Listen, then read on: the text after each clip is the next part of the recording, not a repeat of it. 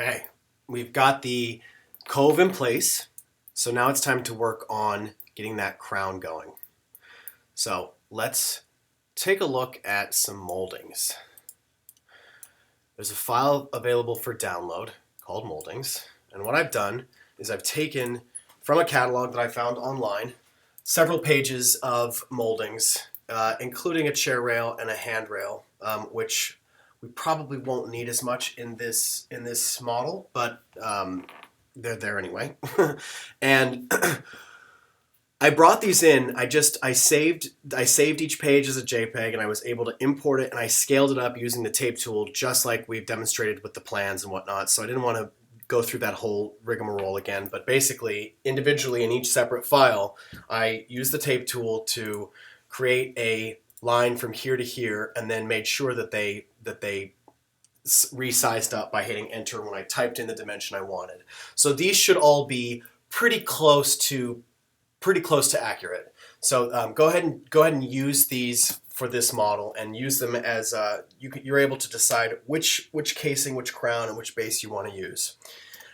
They are coming into you as images that have been brought in. So the first thing you have to do is you have to explode them and then group them. Because I'm not able to open this, if I double click on it, if it's just a JPEG, I'm not able to open it to edit it, and I want to be able to edit it. So right click and explode, and then group each one. So I'm just going through and I'm right clicking and I'm exploding them and I'm grouping. Now when I open them up, I'm able to edit them. But again, if I haven't exploded it, I can click on it all I want and nothing's going to happen.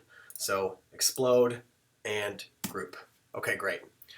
Now let's focus only on crown to start. I'm going to go a little nuts in this model because I want this to be really extreme. So I'm going to choose something really over the top. So I'm going to go with something like this. So I'm starting with my CR5. What I'm going to do is I'm just going to open the group up and then trace using my line tool. I'm just tracing along the edge of this shape. I'm going to get real close. And it doesn't matter how absolutely accurate I am, because from afar you'll never see this. But it's kind of nice to get, you'll notice I'm now switching into the arc tool. It's nice to get it as close as possible. You'll find sometimes that it's hard to trace some of these more intricate shapes as you go, because you might have your settings default set so that it will only pop to like 1/8 of an inch. I'm going to show you in a second how I can fix that. So again, I'm just using my arc and my line tool.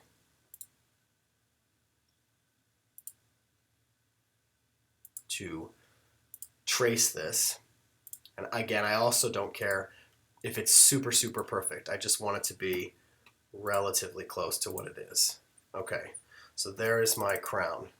So I'll double click to select that, and I'm gonna copy. So I'm going to edit copy, or I'm hitting Apple C, and I'm clicking out into space, and I'm going to paste. And this is going to be a group. So I paste that, that's that crown traced. So go ahead and choose whatever crown molding you want.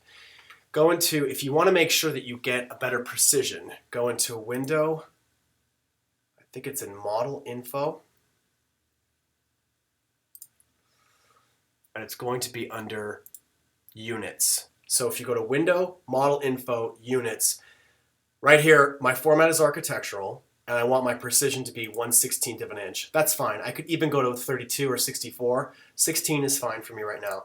Probably default it's set to 1/8, or not. A quarter is really low. You know, you really want it to be a little bit more precise. Okay, so this is where I want it to be. Okay, now I'm going to take this crown shape that I've just made, and I'm going to copy it. But you know, before I do that, because this is a material, I'm going to go into my materials palette. I'm just going to paint it white because I don't want it to create, I don't want it to keep the material now. Notice that all of these moldings are now considered materials. I don't want to bring that material into my new model because I don't need it. So I'm going to copy this, and I'm moving into my model, and I'm going to paste it in place somewhere. Okay, so it's right on the floor. So there it is. Now I'm going to rotate it using the rotate tool, and then holding shift so that I'm referencing this plane. I'm rotating it up into space, 90 degrees. 90, enter. So this is where you have to start really getting a little bit more comfortable with rotating things, which is good. I'm going to rotate it again, 90 degrees. And then I'm going to move it up into place along this wall. So it helps to be comfortable navigating as I do this, so I can switch to pan. Let's zoom in here and pop that into place. And then I'm just going to move it up until it's touching at that point. Okay, now here's something to acknowledge.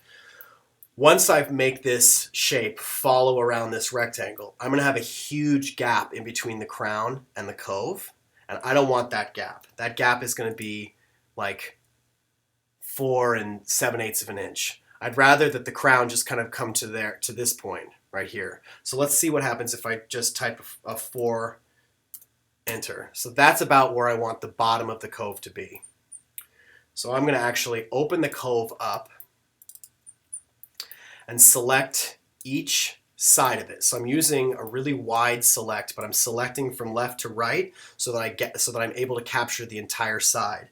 And then using this wall as a reference, I'm going to pull that 4 inches in, away from the wall. And then if I want to, I can push-pull after the fact that excess stuff. I'm going to do the same thing on every side. So I'm selecting from far away, and I'm moving this in 4 inches. Just going all the way around. And I would have probably known this if I had already known what crown I'm going to be using, but because we started with this cove, we're just making a little bit of an adjustment here.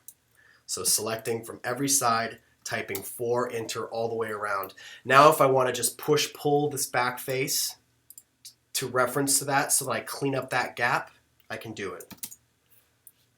So I'm clicking from this point to this point, I'm just push-pulling and filling in that gap. And we'll look at it from underneath and we'll see what that looks like.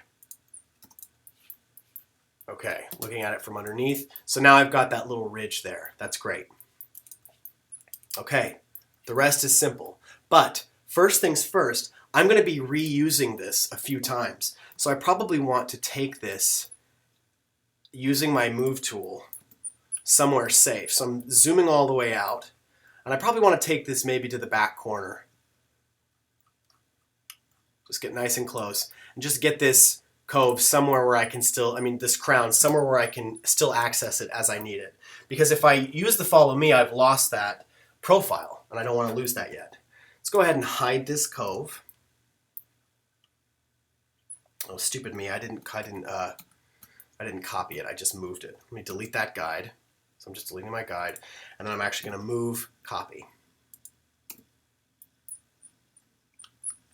Okay, so zooming out, and then zooming into this corner out here, and click. And then zooming back out and looking back into my model. Okay, good. There it is. Now I can go ahead and select and hide this cove. Again, we're using a really, really simple shape as a path. But this time I don't need to move it out of the way because it's not touching this in any way. So I can use my rectangle tool to trace that same path. If this path were more complicated, I would probably copy it up into space, but that's more than we need to know right now. Okay, go ahead and let me just, in this case, I'm not even going to group it. I'm just going to delete the inside face because I know I've got this rectangle. So I've selected the path I want to follow, but this is not ungrouped yet. So I have to right click and explode it. Now I can double click to select that. So I've double clicked, selected my path. Now I go to follow me.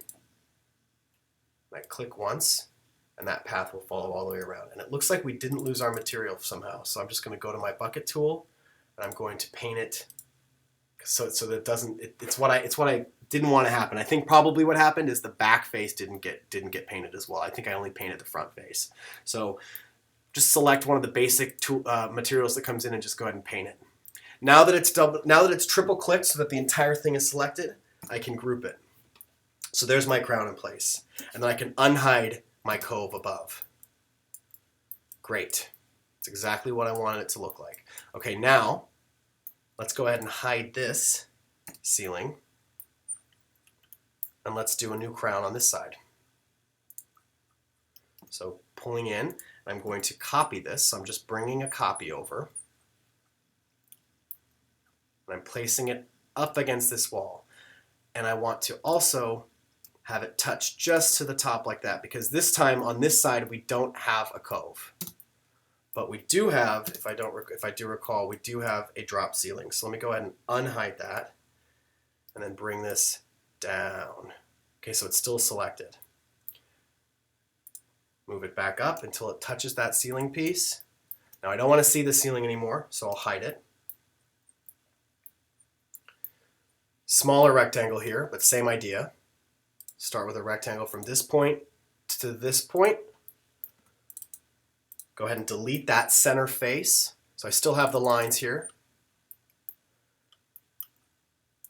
Explode the crown, profile. Double click on these lines that create the path, and then engage follow me and click on the face. Now I'm triple clicking on this so that I can paint it that same off-white color. Okay, and then I'm going to close that. I'm going to group that. And it's probably a good idea to remember to delete that path. So select the path, delete. And go ahead and hide this ceiling piece to make sure, hide this. Looks like we still have a path here too. So we need to select these remnants that we don't want anymore and delete them. Now I can pop back to my scenes, and everything that's new that I'm adding to this model now will all still be in place, because as I update this model or as I add geometry to it, I can check and verify what it looks like using my scenes, and it's all going to actively come into place. So for this, what you should do is choose whichever crown molding you want. I'm not going to dictate exactly which one you should choose.